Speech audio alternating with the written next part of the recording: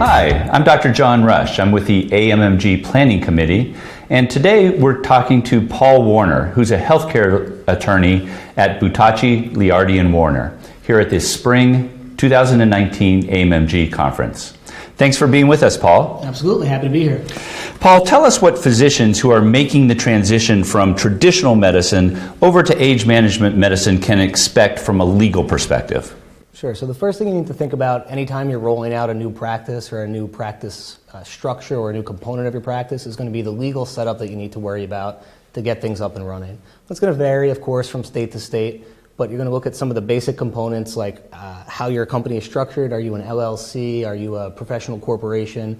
What sort of paperwork do you need to file with the state, notifying them of rolling out this new company? Do you need a new tax ID, a new NPI? Buttoning up all that paperwork, adequate business and professional liability insurances to make sure that you've checked all those boxes from a legal standpoint where you can hang that sign out on the door and get things moving. Wow, that's a lot. I'm an emergency medicine physician, so typically I wouldn't have done any of that in the past, so that's very good advice. Thanks. How about from a regulatory standpoint? So from a regulatory standpoint, you really have a couple different areas to look in. You're looking at federal regulation, you're looking at state and local regulation. Now, a lot of providers, especially as you get into this type of medicine, are going to say, well, finally, I'm out of the insurance world. I'm moving to a cash base with my patients. I don't need to worry about that regulation. Unfortunately, that's not exactly the case. So certainly when you move to cash-based scenarios, you reduce your interaction with some of those regulatory bodies, but you cannot eliminate it altogether. And a big part of that is that you are just a part of a larger network of providers. Your patient that's coming to you for whatever they're coming to you for is probably also seeing a primary care physician, any number of other physicians that are submitting claims either to Medicare, to a commercial payer, to an HMO, whatever it may be. The services that you're providing may trigger some of those regulatory components that you have to worry about. We're talking about referral regulations, kickback regulations, and inducements to get patients in the door.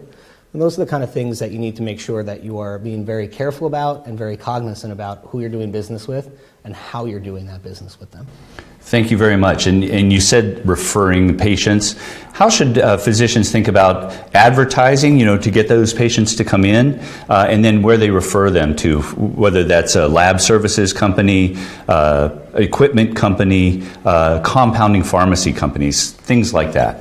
So the two biggest hurdles for a new practitioner are always going to be just getting the practice up off the ground, which we talked about, and then getting patients in the door and keeping them there. In a new practice, in a new field, it's very easy to fall into the traps of doing anything it takes to get patients in the door. Advertising is one of the easiest ways that a practitioner can find themselves in hot water because the whole world can see it. When you're doing direct-to-consumer, direct-to-patient advertising, everybody's seeing that. Your colleagues are seeing that. Your competitors are seeing that. Your licensing boards are seeing that.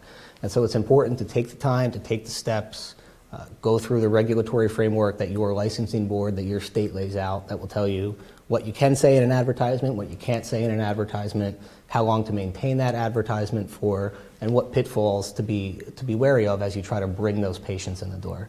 And especially in this field, be mindful of how you market yourself directly to those patients in, for example, a lunch and learn or a wellness seminar, and take extra steps to make sure that you're not doing anything that could be misconstrued as an improper inducement to bring those patients in.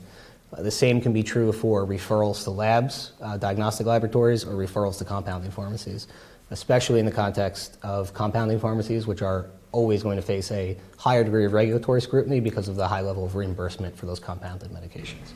Gotcha. Would I need a business associates agreement with those types of people that I'm referring my patients to? So certainly anytime you're going to be sharing or allowing a third party to access protected health information, PHI, you want to have a business associate agreement. So absolutely with a lab, compounding pharmacy, a billing company, any vendor, any third party that's coming into your office that has or potentially has access to that information should sign a business associate agreement. Thank you very much, Paul. And how can we contact you? Absolutely. Best way to contact me would be to just check out our website. It's www.buttacilaw.com, buttaci law.com. Thank you very much, Paul. Thank you.